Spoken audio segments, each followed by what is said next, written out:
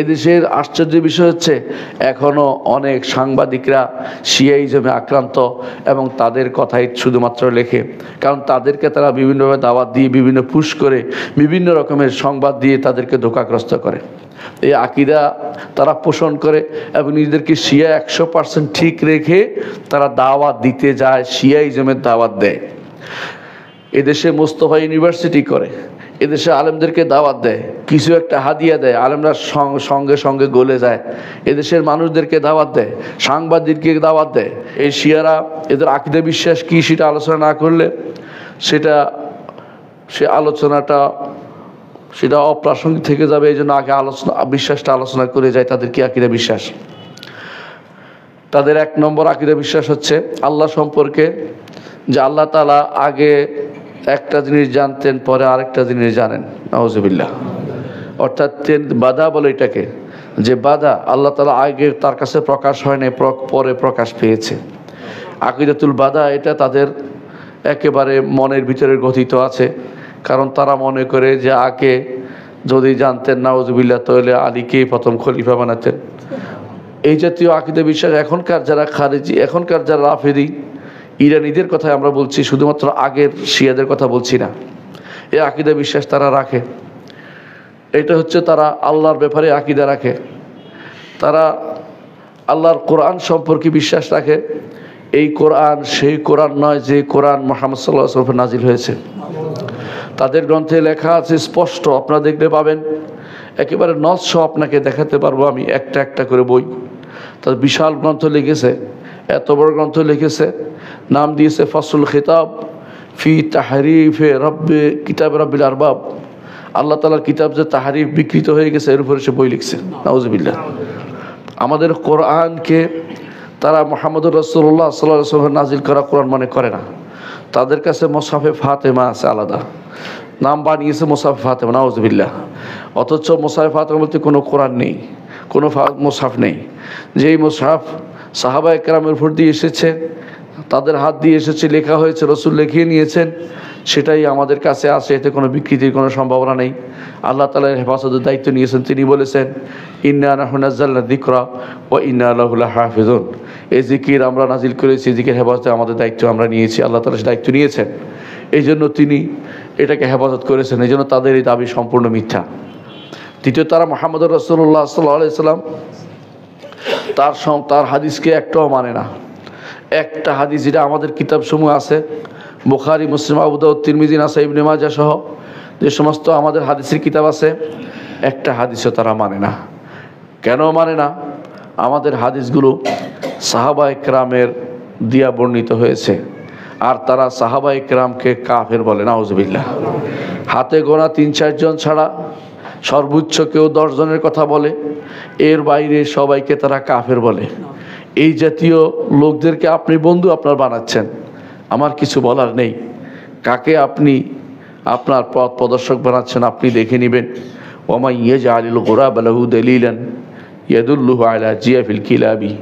কেউ যদি কাককে তার পথ প্রদর্শক বানায়, কাক তাকে অবশ্যই ময়লার বাগানে নিয়ে যাবে, কোনো সন্দেহ নেই। এইভাবে তারা আমাদের কোরআনকে তারা বিকৃত মনে করে, রসুল হাদিসগুলিকে তারা গ্রহণ করে না, সাহাবায়ে কেরামকে তারা কাফের মনে করে।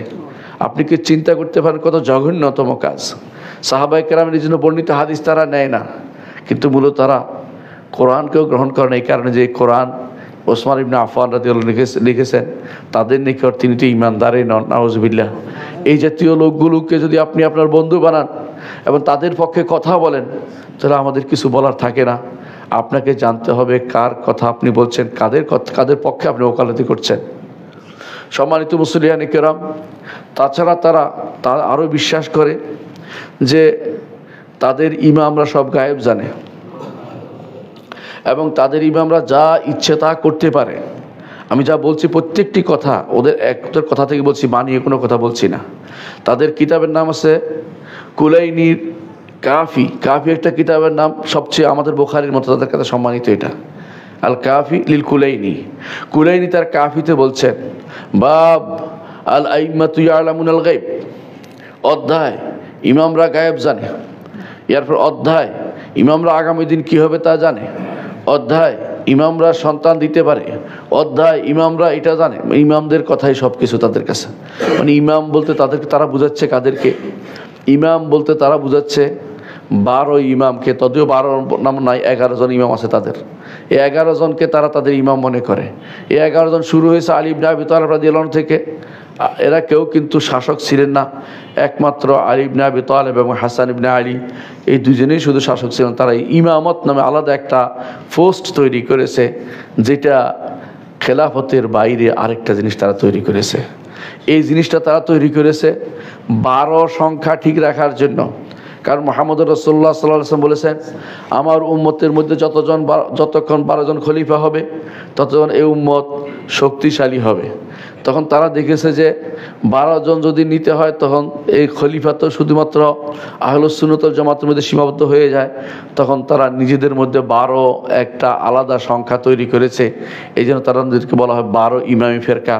বর্তমানে যারা ইরানের ক্ষমতাসীন তারা 12 ইমামি ফেরকা, তাদেরকে বলা হয় রাফিদি, এবং 12 ইমামি তারা। এরা এই নীতি অনুসরণ করে চলে। তাদের নিকট আমাদের আহলুস সুন্নাত ওয়াল জামাতের খলিফাগণ কেউ খলিফা নন, শুধুমাত্র আলী ব্যতীত এবং হাসান ব্যতীত, আর অন্যদেরকে তারা খলিফা মানতে রাজি নন। এই হচ্ছে শিয়াদের কিছু কাহিনী যেটা তারা করে থাকে। শিয়াদের আরেকটি আকিদা হচ্ছে যে তারা উম্মাহাতুল মুমিনিন, আমাদের মায়েদের সম্পর্কে সবচেয়ে নিকৃষ্টতম বাক্য বলে, যেগুলো আমরা মুখে উচ্চারণ করতে পারবো না। যাকে আল্লাহ তাআলা আসমানের উপর থেকে আয়াত নাজিল করে আমাদের মা আয়েশা রাদিয়াল্লাহু আনহাকে পবিত্র ঘোষণা করেছেন, সে আয়েশা রাদিয়াল্লাহু আনহা সম্পর্কে তারা সবচেয়ে ঘৃণিত বক্তব্য দেয়। এরা হচ্ছে আপনার মাকে যদি আপনার গালি দেয় আর আপনি যদি তাদেরকে কোলে তুলে নেন, আপনাকে আমরা কিভাবে বুঝাবো যে আপনি কত বড় খেয়ানতের মধ্যে আছেন। এ হচ্ছে শিয়াদের কিছু কর্মকাণ্ড, যারা সব সময় এ আকীদা পোষণ করে আসছে, এর মধ্যে তার কোনো পরিবর্তন আসেনি। শিয়াদের বিশ্বাস হচ্ছে, আরেকটি বিশ্বাস হচ্ছে আবার তাদের ইমামরা ফিরে আসবে, আবার তারা ইমামরা ফিরে আসবে। রাজা বলে এটাকে, তা রাজা বিশ্বাসী। রাজা মানে ইমামরা আবার ফিরে আসে, আবার যুদ্ধ করবে, যুদ্ধ করে আবার আহলুস সুন্নাহকে কচুকাটা করবে। তারা আহলুস সুন্নাহ বলে না, তারা বলে নাসিবি মানে তারা মনে করে যে আহলুস সুন্নাহ আমরা যারা আছি আমরা নবীদের দুশমন, নবী বংশের দুশমন, এটা মনে করে নাউজুবিল্লাহ। এই জন্য তারা আমাদেরকে নাসিবি বলে এবং আমাদেরকে আবার কচুকাটা করার জন্য তাদের ইমামরা আবার ফিরে আসবে। এবং শুধু ফিরে আসা নয়, তারা মনে করে এই কাবার সাথে মেরে আবার আবু বকর ওমরকে কবর থেকে উঠিয়ে লটকে রাখতে হবে, এই বিশ্বাস তারা করে। এবং তারা এই জন্য মনে করে তাদের সর্বশেষ ইমাম নামক যার পিছনে তারা ঘুরছে আসলে কেউ নেই।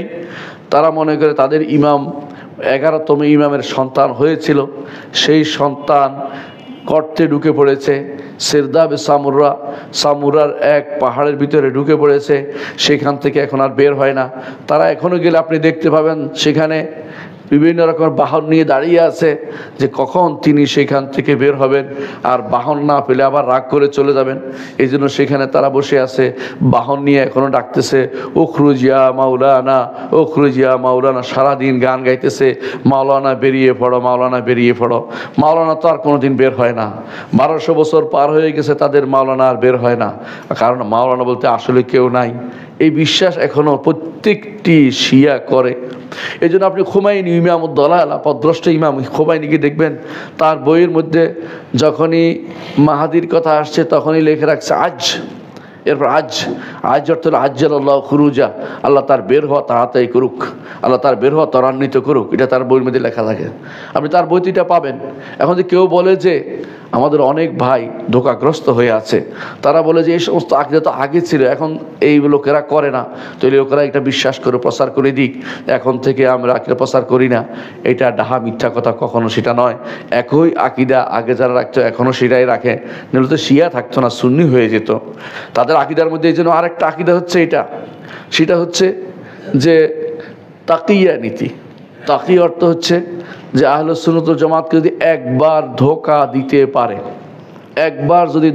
পারে, তাহলে সে আলী রাদিয়াল্লাহু আনহুর সাথে মুসাফা করা সওয়াব পাবে। দ্বিতীয়বার যদি ধোঁকা দিতে পারে তাহলে সে মুহাম্মদ রাসূলুল্লাহ সাল্লাল্লাহু আলাইহি ওয়াসাল্লামের মুসাফার সওয়াব পাবে। এইভাবে তারা মনে করে আহলুস সুন্নাতকে ধোঁকা দিলে সওয়াব পাওয়া যায়। তাহলে যত মিথ্যা কথা বলে ততই তারা সওয়াব পায়। মিথ্যা কথার মানে মিথ্যুক হওয়ার জন্য, মিথ্যা কথা বলার জন্য সওয়াবের আশা করলে সেখানে মিথ্যা কথা তো বলতেই থাকবে সারাদিন। আপনাকে যত রকমই বলবে শিয়া এবং সুন্নির মধ্যে আমাদের মধ্যে পার্থক্য নেই, এইটা বলে তো ধোঁকাই দিচ্ছে আপনাকে, এটা তার সওয়াবের কাজ মনে করতেছে। আপনি এটাকে ধোঁকা হিসেবে না নিয়ে আপনি মনে করছেন সত্য বলেছে, তাহলে আপনাকে ধোঁকাবাজকে যে ব্যক্তি সত্যায়ন করে তাকে তার সম্পর্কে কিছু বলার আমার নেই। যোগে যোগে দেখবেন শিয়ারা কীভাবে মানুষকে ধোঁকা দিয়েছে, কীভাবে তার মানুষদের ধোঁকা দিয়েছে, এটা বলতে যাই আপনি আশ্চর্য হবেন। শুধু এটাই বলছি এখন যে শিয়ারা তাকিয়া নীতি অবলম্বন করার কারণে প্রত্যেকটি কথা যত আহলুস সুন্নাতকে বলে সেখানে তারা শুধু ধোঁকার চিন্তাই করে, কিভাবে তাকে ধোঁকা দেয়া যায়, কিভাবে সে ধোঁকা দিয়ে তাকে ঈমানটা হরণ করা যায়, এই চিন্তায় তারা বসে থাকে। যুগে যুগে তারা বিভিন্ন জায়গাতে ধোঁকা দিয়েছে। আমরা কয়েকটা দৃষ্টান্ত শুধু দেব।